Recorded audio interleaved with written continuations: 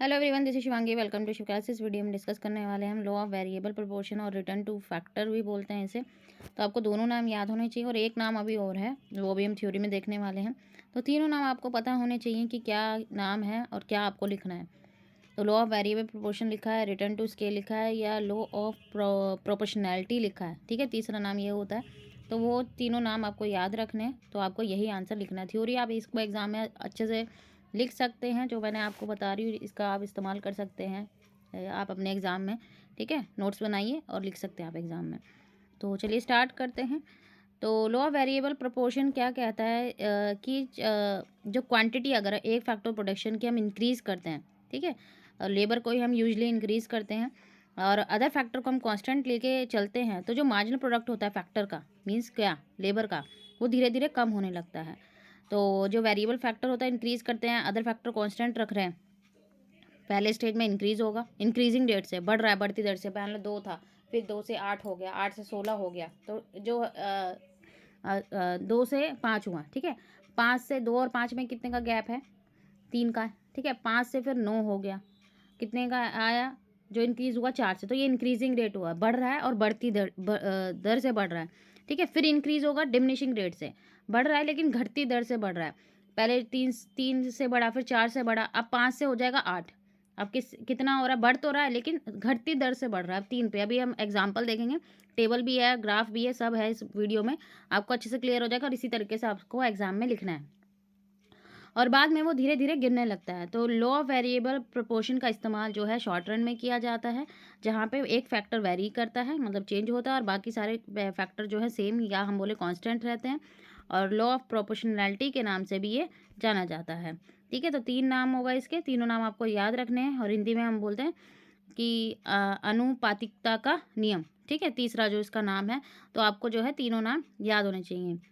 अब आते हैं इसकी टेबल, हम पहले देख लेते हैं। आप टेबल ये लर्न कर लेना। हमने फिक्स फैक्टर है हमारा लैंड, ठीक है, लैंड सेम ही है, एक ही हमारे पास लैंड है। अब वेरिएबल फैक्टर है हमारे क्या, वेरिएबल फैक्टर लैंड नहीं है, यहाँ पे इस करेक्ट कर लेना, लेबर आएगा।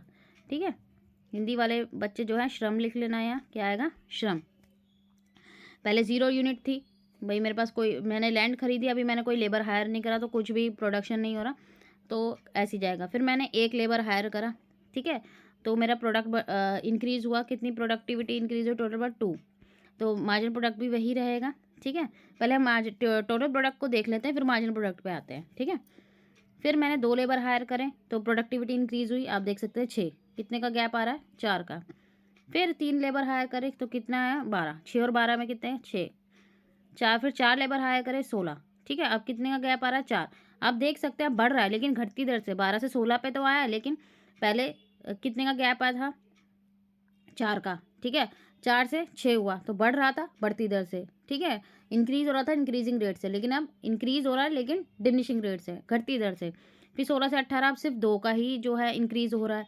ठीक है, 5 लेबर हायर कर, फिर 6 के बाद 18, फिर उस पर आगे कांस्टेंट हो गया। आपको अब देखो धीरे धीरे मेरा आउटपुट क्या हो रहा है, डिक्लाइन हो रहा है, क्योंकि मैंने लेबर ज़्यादा हायर कर रही हूँ लेकिन उनकी प्रोडक्टिविटी इंक्रीज हुई। मेरे पास लैंड उतनी है, मैं उतना ज़्यादा प्रोडक्शन नहीं कर सकती हूँ, मेरे पास रिसोर्स इतने नहीं है। ठीक है, लेबर को बढ़ा रही हूँ लेकिन मेरे पास लैंड नहीं है, तो इतना प्रोडक्शन नहीं बढ़ रहा है। अब एवरेज प्रोडक्टिविटी भी कम आएगी। अब मार्जिन प्रोडक्ट कैसे निकालते हैं भाई, हम बोले margin product is summation of total product is summation of margin product. Margin product क्या होता है, जो हम एडिशनल यूनिट ऐड करते हैं। अब कैसे निकालते हैं, जब हम जो हमारी न्यू यूनिट है उसमें से पुरानी वाली जो हमारा टोटल प्रोडक्ट है उसे माइनस कर देंगे। 2 माइनस 0 कितना हो गया, 2 आ गया। ठीक है, पहले हम बोले इनिशियली वाला सेम रहता है स्टार्टिंग में। 6 माइनस 2 कितना हो गया, 4। 12 माइनस 6 कितना हो गया, 6। 16 माइनस 2 वही जो मैं आपको बता रही थी कि इंक्रीजिंग। 12 माइनस 16 माइनस 12 कितना हो गया, 4। 18 माइनस 16 2। 18 माइनस 18 0। अब देखो इस पे 0 है, इस पॉइंट पे जो हमारा टोटल प्रोडक्ट रहता है वो हाईएस्ट रहता है, जहाँ पे एमपी 0 है। ठीक है, जहाँ पे एमपी हमारा 0 आया, तो हमारा 6 यूनिट पे जो हमारा आउटपुट है वो क्या है, कि अगर मैं 6 यूनिट ऑफ लेबर हायर कर रही हूँ तो मेरी जो प्रोडक्टिविटी है, ठीक है, वो हाईएस्ट है। उसके बाद जो मेरा टोटल प्रोडक्ट है वो डिक्लाइन होना स्टार्ट हो गया। 7 लेयर पे आप देख सकते हैं 14, फिर 8। ठीक है, फिर नेगेटिव जा रहा है, 14 माइनस 18। अब माइनस वाली जो 14 माइनस 18 -4, आप देख सकते हैं हम नेगेटिव स्टेज। तो ये हमारी फर्स्ट स्टेज थी कि इंक्रीज़ हो रहा है इंक्रीजिंग रेट से, फिर इंक्रीज़ हो रहा है डिमिनिशिंग रेट से, देन हमारा नेगेटिव रिटर्न आ रहा है। ठीक है, यहाँ पे आप लोग करेक्ट कर लेना, लैंड नहीं आएगा, यहाँ पे क्या आएगा, लेबर आएगा। इसको करेक्ट कर लेना आप लोग। इतना क्लियर हुआ आप लोगों को जो मैंने समझाया आपको? तो ये टेबल को भी अच्छे से लर्न कर लेना, इसी को आप एग्जाम में लिख सकते हैं टेबल को। तो इस एग्जाम्पल में हमने लैंड को लिया है, फिक्स फैक्टर है, लेबर हमारा वेरिएबल फैक्टर है। तो डिफरेंट डिफरेंट अमाउंट, वही टेबल की एक्सप्लेनेशन है, वो आप लोग देख लेना, ठीक है, स्क्रीनशॉट ले लेना या जो भी जैसे भी नोट करो। अब आते हैं स्टेज 1 पे। तो लो के 3 यहाँ पे इस लो के 3 स्टेजेस हैं, ठीक है, स्टेज 1, स्टेज 2, स्टेज 3, जो मैंने आपको बता भी दिए। तो यहाँ पे आप देख सकते हैं टीपी और एमपीवी रिलेशन भी पता लग जाएगा आपको, अगर एग्जाम में पूछा जाता है तो आप यहाँ से ये लिख सकते हैं। और साथ में आपको जो फिगर है वो अभी मैं नेक्स्ट स्लाइड में बताऊंगी, ठीक है, ये आप बना सकते हैं एग्जाम में, ठीक है, बनानी है आपको। और फिगर जो है ग्राफ जरूर बना के आना है आपको एग्जाम में। तो जब टीपी इंक्रीज हो रहा है, ठीक है, एमपी भी इंक्रीज हो रहा है, आप देख सकते हैं जैसे जैसे आप देख रहे हैं यहाँ पे। एक बार मैं इसको क्लियर कर दूँ, ये देखो, ये यहाँ पे टीपी भी इंक्रीज हो रहा है, एमपी भी क्या हो रहा है, इंक्रीज। अब यहाँ टीपी कम होता जा रहा है तो एमपी भी क्या होता जा रहा है, कम होता जा रहा है। तो इस पॉइंट पे भाई इसी की जो टेबल है, इसी की एक्सप्लेनेशन है, मैं सिर्फ आपको यहाँ से जो है मेन जो है वो चीज़ आपको बता रही, बाकी आप लोग पढ़ लेना, ठीक है। कि टीपी इंक्रीज हो रहा है, इंक्रीजिंग रेट से एमपी भी इंक्रीज हो रहा है। TP continue to increase but at diminishing rate.